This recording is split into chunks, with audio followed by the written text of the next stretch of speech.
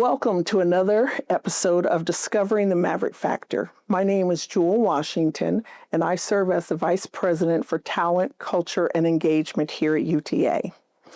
And it is my pleasure today to serve as your host. Today we're going to be talking to Dr. Stephanie Cole. And Dr. Cole serves as an associate professor in the Department of History, as well as the current chair. Welcome. Thank you very much. So I just have a couple of questions that I kind of want to talk to you about. So my first one is, I know that you have made it your focus to work on women and gender studies. Can you kind of tell us why you decided to focus on that work? I'm quite interested. So my kind of baseline question as a historian is, who has power and why? And women traditionally have not had much power, and so they serve as a good way of thinking about who has power and what they've done and what they haven't done. And gender is also a concept that's very much connected to establishing who has power and why. Okay. Very interesting. So I know you also authored a book, and we have the Texas women, their histories, their lives. So very excited about this book. And so can you kind of give us a couple of examples that you use in the book about how women have shaped our country? Yeah, so this is a collection of essays that I edited with two other women's historians, Elizabeth Hayes Turner and Rebecca Sharpless. And our idea here was to create a collection of essays that kind of captured where the scholarship of women's history is. Texas has long been proud of its women, and there's a number of collections that talk about maverick women, Mary Maverick and other sorts of people. And this is a collection that really tries to understand women in the context of more academic history, but also it's very much tried to keep it very much readable. So, for example, there are, the opening essay is about Native American women in Texas, written by a fine scholar by the name of Juliana Barr. And what she talks about is the way in which how Native American, in particular Comanche, social structures gave women in that group a great deal of authority that the Spanish didn't ever understand because it wasn't part of their way of seeing things. And it goes through there from starting with Juliana Barr, it goes all the way through to Mae Jemison, who was the first African American woman astronaut, and the author there. Julie Ross Naval, Jenna Ross Naval, actually talks about the ways in which Jemison became an astronaut in spite of many of the barriers of both race and ethnicity and gender that she had to overcome. Very interesting. So I know all of us probably as women have grown up with our superstars. I know Wilma Rudolph was mine. She was an athlete, track star. I ran track when I was young. So I'm curious to know, who are some of the Texas women in history that you feel people should learn more about? One of my favorites, there's a chapter in this book about is Ellen Lawson Dobbs, and Dabbs was a doctor. She also had served as a nurse, and she married because all women did, but it didn't work out, and she had to kind of navigate how to deal with a bad marriage. She was at the Spanish-American War. She was at the origins of the Populist Party in Texas. And she was really, she's invisible to history, but except now, thanks to us. But she, she really had this really integral part in some important reform movements. So Taps is a really interesting character, I think. Okay. So let's hypothetically say that you had an audience with the producers of Netflix, and you wanted to pitch to them an incredible story of a woman in history. Who would that person be? That's got to be Ida B. Wells. Okay. Ida B. Wells was born to the children of slaves in Mississippi. She was not born into slavery. She was born in 1867, but her parents had been enslaved. And she was educated at a local institution developed by, Freedman School and other efforts. She lost her parents to disease when she was 16, and she had several younger siblings. And she attempted initially to try to carry on as their parent herself, but eventually discovered that she was really going to have to kind of find her own destiny. She moved to Memphis and she became a journalist. And there she encountered, in the very early stages, Jim Crow, where she had the means by which to purchase a seat in an advanced carriage, but had been barred, she thought, illegally by a conductor who wanted to push her back, and she kind of fought back. She actually challenged the fact that he physically removed her from the train, and she challenged and initially won in the courts. And then became, it was overturned in the way that most courts in the hands of whites in the South eventually did overturn it. But she went on to carry on until her good friend, Thomas Moss, who was a co-owner of a black business, the People's Grocery. And Moss and his fellow businessmen were succeeding in this grocery, and thus caught the attention of some white grocers in the area because they were taking business away from them. So these white men fabricated a charge against Moss and his fellow businessmen. But Moss got a hold of this information and responded by trying to keep himself being taken in. And the story is one that became way too common. Moss and his cohorts were lynched by white people in Memphis. And when she learned about this, Wells understood that this was going to be placed in a context in which white people were trying to rationalize lynching by talking about the way in which lynching was necessary to protect white women. She knew this wasn't the cause of this lynching. So she wrote a newspaper article and laid bare what had happened here. She was thankfully out of Memphis when it actually ran, and became a target herself of white revenge. She never returned to Memphis, but she continued to write, and she wrote a very influential book about lynching called The Red Record, in which she did the research to discover what most lynchings were about, and they were not about assaults on white women. And in fact, she knew that often when they were assaults about white women, those were outcries by women who were in, relationships which they didn't want to talk about. And so she laid bare all of this. She was incredibly courageous. And then she went on, that's the first 25 or 30 years, right? So it could be a mini-series. I see Shonda Rhimes getting Viola Davis as Ida B. Wells. I think it'd be a great sounds like it. I'd watch it for sure. Yeah. Such a courageous woman. She was in on the founding of the NAACP. She was a suffragist who in 1913, when they were marching in Washington, suffragists were marching in Washington, the word went out that they wanted the black suffragists to be at the back of the line. And she was part of the Illinois Convention. She was a member of the Illinois NAACP. And she hid in the crowd. And when the Illinois Convention came by, she joined her convention rather than going to the back. It's just a lot of stories like that. Just a really incredible woman. Yes. Thank you. Thank you. So it's my understanding that you won the College of Liberal Arts Outstanding Teacher Award a few years ago. So what did that feel like? It was lovely. It was lovely of my colleagues to acknowledge my work in that area. That's pretty cool. Yeah. Quite an accomplishment. So how do you feel teaching and learning have evolved over your career and from when you were a student yourself? So we are much more aware about good pedagogical methods than when I was in school. When I was in graduate school, you just watched how people lectured and organized their courses, and you just mimicked that.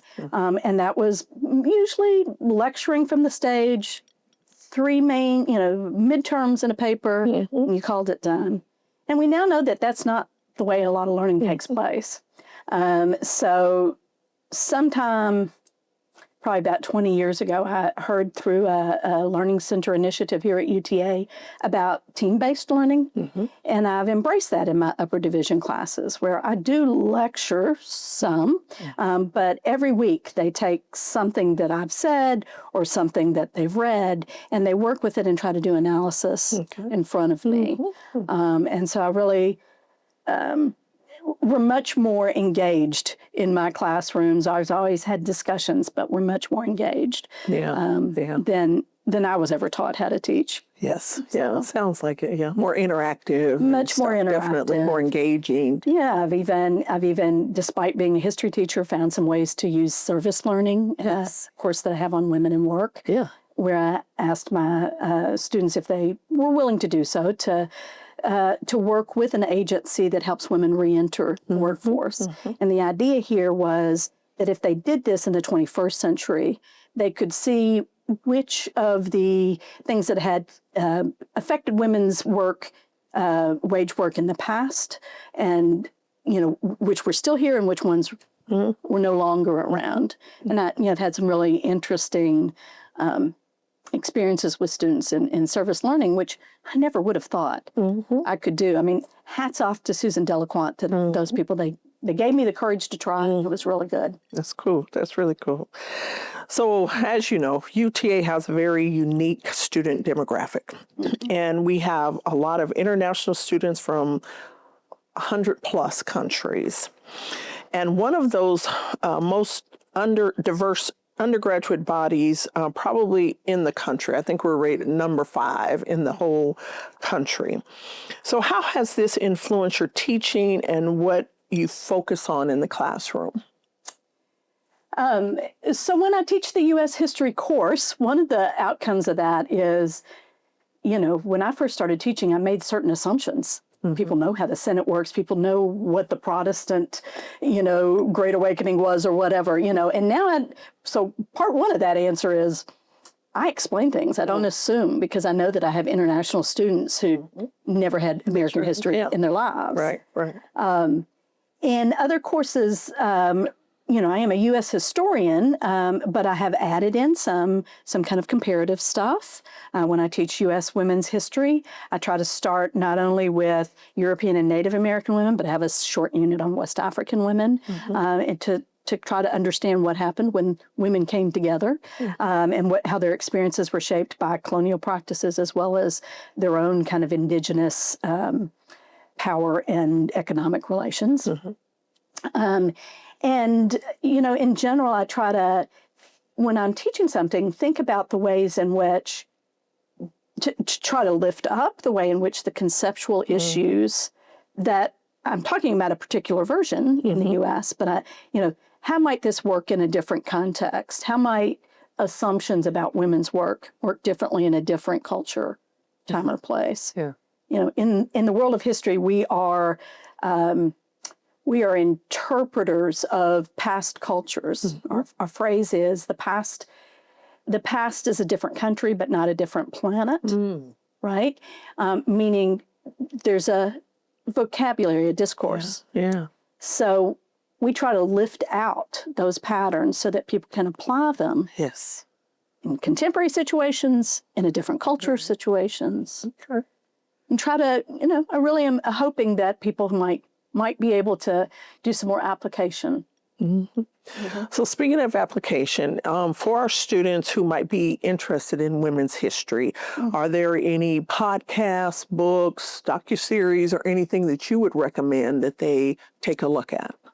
I've been listening to a podcast called Women Who Came Before. Okay. And it's about ancient women. Okay. And it's really fascinating discussion of the ways in which, it's just, I have to remind myself it's not a different planet because it seems so different. But, Egyptian practices of fertility and birth control was an episode I listened to recently. It's a fascinating podcast.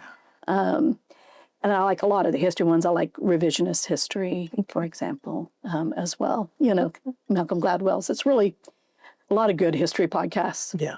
There was an article in Forbes recently that said that history is it's the business of history is booming. Okay. Meaning that, a huge number of the top podcasts are history-related podcasts. Mm-hmm. We wish we could translate that into history majors. Yeah.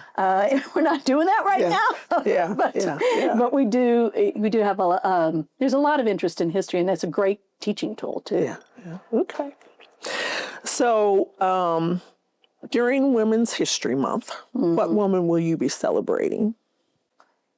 Well, some of the, I'm always thinking about, say, Ida B. Wells. Mm-hmm. One of the things that I like to do is the New York Times has I don't know what you call it, like it's not a column, but it's a new series, and it's called Overlooked. Mm-hmm. And what they do is they consider people who died but weren't covered in New York Times obituaries, it being kind of a national paper of record. And not surprisingly, many people that were overlooked were female, were people of color. And so I read those on the regular. And I was just reading some that focused on women in the Harlem Renaissance. Zora Neale Hurston's one that a lot of people know about, but Nella Larson, who was mixed race, Geraldine Bennett, who I hadn't learned about until I found out about her in this series.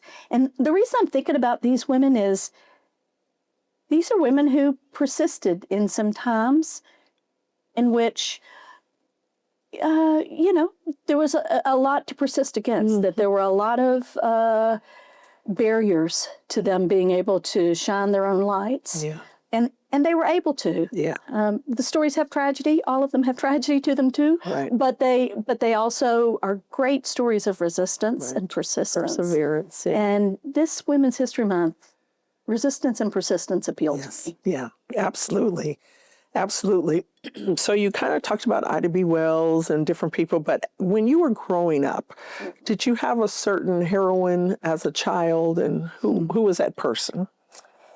Well, I was a reader, so let me give some historical context in case some people might not know this. On TV, there were only 4 channels, and my mother was a TV snob, which we all become our parents. I'm a TV snob. My children aren't particularly pleased with that, but in any event, I read a lot, and I love stories. Interestingly, about strong women. I guess we're not going to be surprised about that, but one of my favorite books was A Proud Taste of Scarlet and Miniver by E.L. Konigsberg, which was about Eleanor of Aquitaine, who was in the 12th century, a wife, queen, woman of power in her own right, who got crossways with her husband. And it was a great, I love that book. But what I discovered there, I've read a lot of books about Elizabeth I and Eleanor, a lot of white women who were real powerful. Right. There was a little bit of theme there and a little bit of education that I didn't have yet. And then what I really became interested in was the author, E.L. Konigsberg, who would write about all of these really unique places, and so much history was embedded in it. I didn't know I was going to major in history until I got to college. But looking back, I think you probably could have figured this out. But Konigsberg wrote a number of really fascinating youth novels that I recommend highly. Is there anyone the general public may not know about that you deserve or you believe deserves more recognition, and why? I want to go back to one of these overlooked columns that I read recently.